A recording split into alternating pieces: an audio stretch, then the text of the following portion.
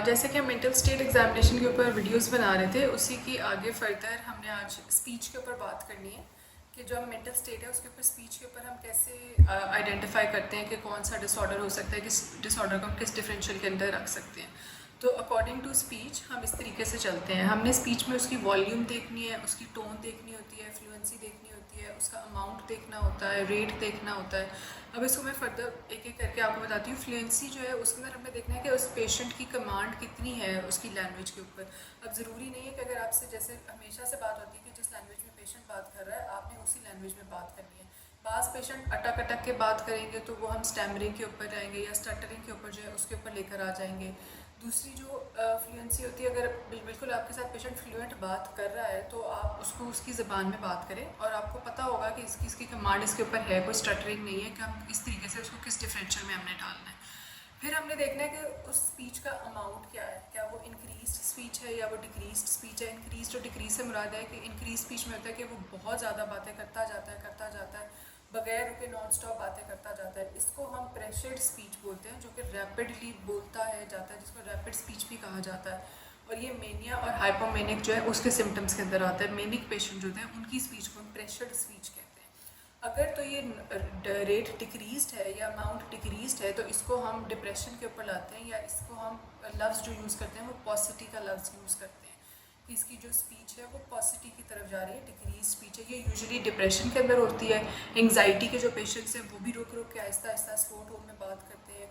या कुछ पेशेंट जैसे डिप्रेसिव पेशेंट्स होते हैं वो बहुत ही डिसइंटरेस्टेड होते हैं। वो वाले पेशेंट्स होते हैं जो बिल्कुल टू द पॉइंट जवाब देंगे हाँ या ना में। जब स्पीच का अमाउंट, हम इसको कहते हैं कि जब स्पीच का अमाउंट डिक्रीज्ड है, इसके लिए हम वर्ड यूज़ करते हैं पॉसिटी का, कि इसमें जो स्पीच का अमाउंट है वो डिक्रीज़ है, वो कम बातें कर रहा है, ज़्यादा से ज़्यादा हाँ या ना में जवाब दे रहा है, रेलेवेंट जवाब दे रहा है या नहीं दे रहा, हमने ये भी असेस करना होता है। और यूजुअली ये डिप्रेशन के जो पेशेंट्स हैं उनके अंदर स्पीच जो है वो डिक्रीज होती है, वो हाँ या ना में जवाब देते हैं। डिसइंटरेस्टेड जो पीपल होते हैं, जो डिसइंटरेस्टेड पेशेंट्स होते हैं, वो इस तरह के हाँ या ना में जवाब देते हैं, किसी बात का जवाब दे दिया, किसी बात का जवाब नहीं दिया। बास जो जैसे स्किज़ोफ्रेनिक के पेशेंट हैं उनके अंदर एकदम से थॉट ब्लॉक आ जाएगा, वो बात करते करते रुक जाएंगे। तो इसको हम साइकोसिस वाले एलिमेंट के अंदर डालेंगे कि इसको साइकोसिस चल रहा है। जो डिप्रेशन के अंदर अगर बात करते करते रुक जाए तो वो डिप्रेसिव कॉग्निशन के अंदर आता है कि ये इतना ज़्यादा डिप्रेस्ड है कि उसे बात करने का दिल ही नहीं कर रहा। जो थॉट ब्लॉकिंग के साथ वो चुप करेगा तो थोड़ी देर के बाद वो पूछेगा या आप उसे पूछेंगे कि क्या हुआ था जो आप लोग चुप करें, तो वो बोलेगा ही नहीं, उसको समझ ही नहीं आएगी, उसको याद ही नहीं आएगा बेसिकली कि वो किस बात के ऊपर रुका था, क्या वजह हुई थी। डिप्रेशन वाले पेशेंट्स के अंदर अगर आप प्रोवोक करें तो वो आपको बता देगा इवेंचुअली कि ये मसला था जिसकी वजह से मैं चुप हुआ था, या बताएगा कि मैं बात करना ही नहीं चाहता। इसी तरीके से जो टोन होती है या वॉल्यूम होता है पेशेंट का, वो भी हमने असेस करना होता है कि वो क्या हायर साइड के ऊपर जा रहा है या वो लोअर साइड के ऊपर जा रहा है।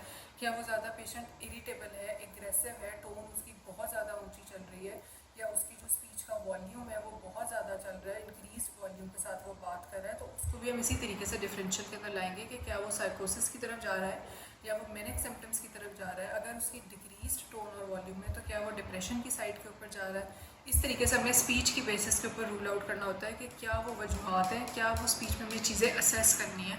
टेक्निकली जैसे मैंने आपको स्टार्ट में बताया था कि हमने वॉल्यूम, टोन, फ्लुएंसी, अमाउंट और रेट, ये सारी बातें होती हैं जो हमने स्पीच में असेस करनी होती हैं।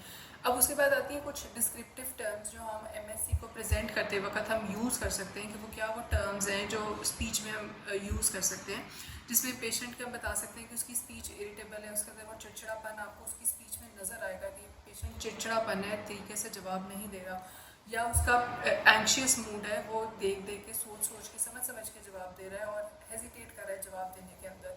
तीसरा होता है कि वो या बहुत ही ज़्यादा लाउड, उसके लिए टर्मिनोलॉजी यूज़ कर सकते हैं। जब उसकी टोन और वॉल्यूम बहुत ज़्यादा होगी तो हम वो लाउड के अंदर डाल सकते हैं, या वो कम होगी उसको हम क्वाइट में डाल सकते हैं। अगर पेशेंट एग्रेसिव है तो उसकी टोन हम एंग्री टोन या एग्रेसिव टोन जो है उसके अंदर डालेंगे। एक और चीज़ होती है कि पेशेंट जो बास पेशेंट जो होते हैं वो चाइल्ड लाइक तरीके से बात करते हैं। जो हम डिफेंस मैकेनिज्म वो यूज़ कर रहे होते हैं, रिग्रेशन का वो यूज़ कर रहे होते हैं डिफेंस मैकेनिज्म, जिसमें वो बिल्कुल बच्चों की तरह बात करना शुरू हो जाते हैं। तो हमने ये चीज़ भी स्पीच में देखनी है, और ये यूजुअली हमारा डायग्नोसिस कन्वर्जन की तरफ जाता है कि कन्वर्जन के जो पेशेंट्स होते हैं वो यूजुअली चाइल्ड लाइक स्पीच के साथ या रिग्रेशन जो है उसके साथ बात कर रहे होते हैं। और उसके अलावा अगर कभी भी आप देखें कि कोई स्लर्ड स्पीच के साथ बात कर रहा है, स्टैमरिंग कर रहा है, कुछ भी इस तरह की बात कर रहा है, तो आपने उसको कॉग्निटिव डिसऑर्डर्स जो है उस साइड के ऊपर देखना है कि इसमें कॉग्निटिव क्या डिसफंक्शन हुआ है, जिसमें हम कोग्निशन हमने आगे कैसे चेक करनी है वो हम नेक्स्ट वीडियोज़ में आपको बताएंगे।